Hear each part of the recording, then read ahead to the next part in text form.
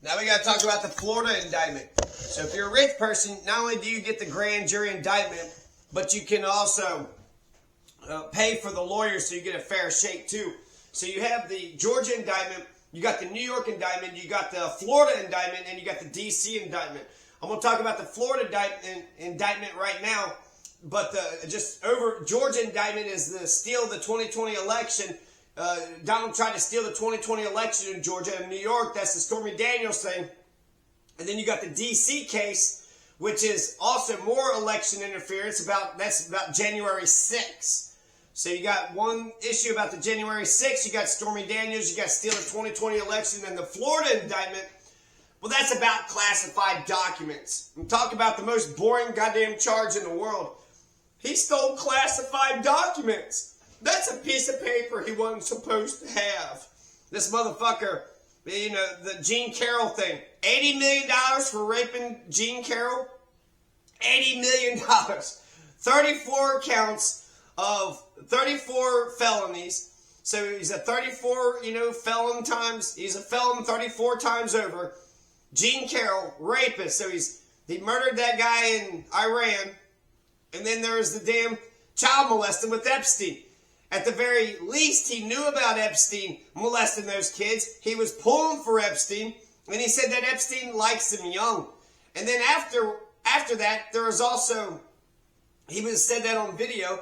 After that, there was a federal case that began when he was running for president that got dismissed, that just disappeared from the public consciousness, where him and Epstein were actually going around and had raped a 13-year-old. This is your all's Jesus Christ, huh? A freaking child molesting, rapist, murdering pile of shit?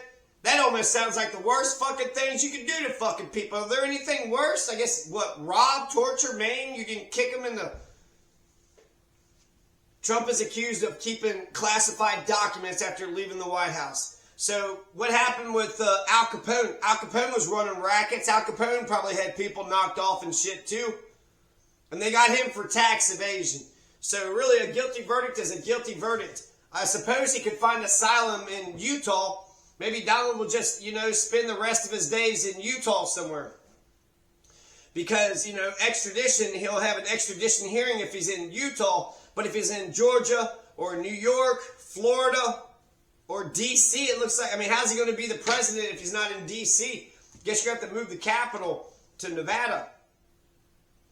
So Florida, New York, Georgia, D.C., July 11th. Do you think the judge will actually have the balls in that New York case to put him in jail? And do you think Donald will have the balls to actually serve it? I guess he gets Secret Service protection, so it won't even feel like jail to him. So the Florida indictment in various locations at the Mar-a-Lago Club. There's a ballroom, a bathroom, a shower, open space, an open office space, his bedroom, a storage room. So, if that's his bedroom, storage room, and he's got classified documents, they're saying that you were the president.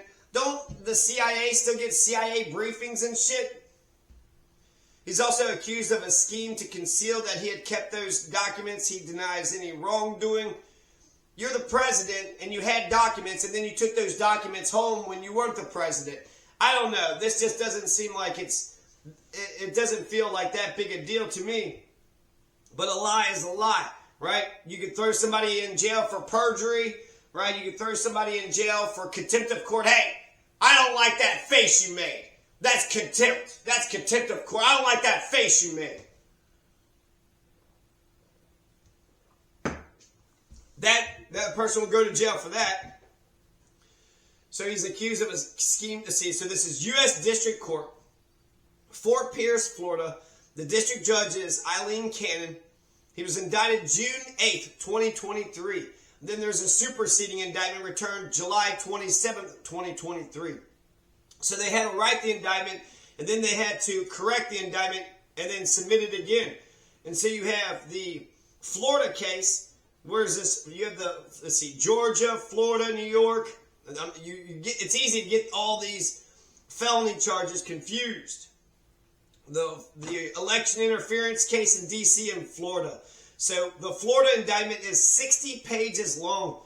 The clerk, U.S. District Court, Angela Noble, stamped it, filed by MDC, whoever that is, case number 23CR80101-Cannons.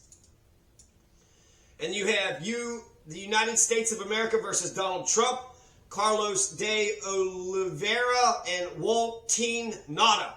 Who the hell is Waltine Nada? Who is Carlos de Oliveira? And how come our media is not following up on who these other people, who are these co-conspirators? The grand jury charges that at times material to the superseding indictment, 45th president, took the agencies from the intelligence community, the Department of Defense. He gathered newspapers, press clippings, notes, official documents, and he kept them in the White House in boxes, and then he took those boxes home.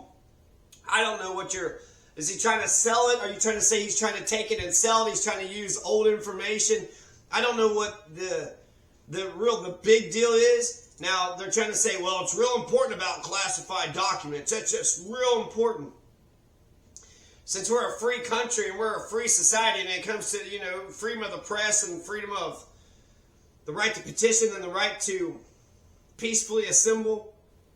So here's all the 40 counts. 32 counts of unlawful retention of national defense information. 1 count of conspiracy to obstruct justice. 1 count so 32 counts of unlawful retention. Conspiracy to obstruct justice, withholding a document or record. 1 count of corruptly concealing a document or record. 1 count of concealing a document in a federal investigation. 1 count of scheme to conceal. 1 count of false statements and representation. 1 count of altering, destroying, mutilating, or concealing an object. 1 count of corruptly altering, destroying, mutilating, or concealing a document, record, or other object. He's arraigned June 13th, 2023.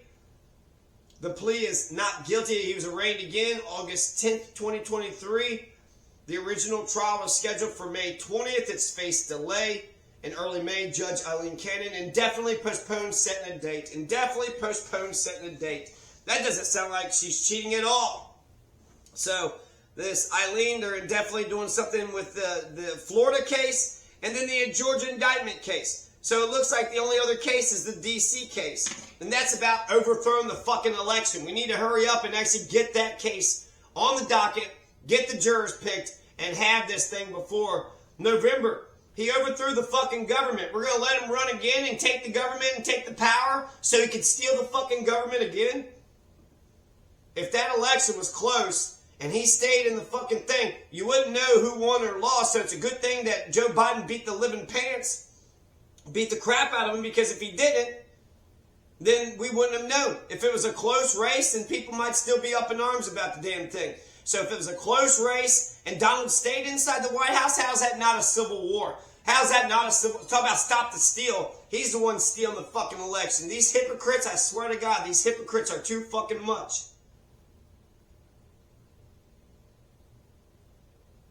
So this is... So that's... I guess that's it about the Florida case.